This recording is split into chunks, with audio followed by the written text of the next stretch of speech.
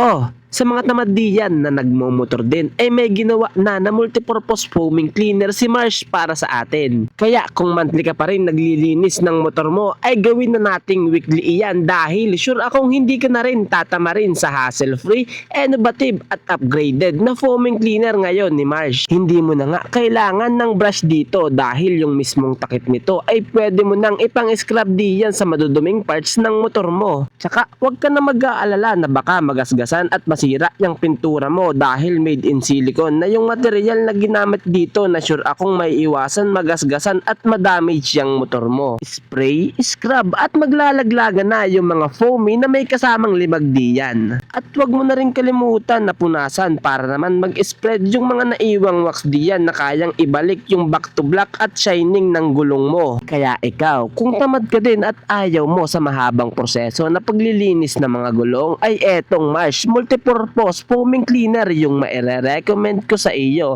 Just click the yellow basket below and ride safe palagi.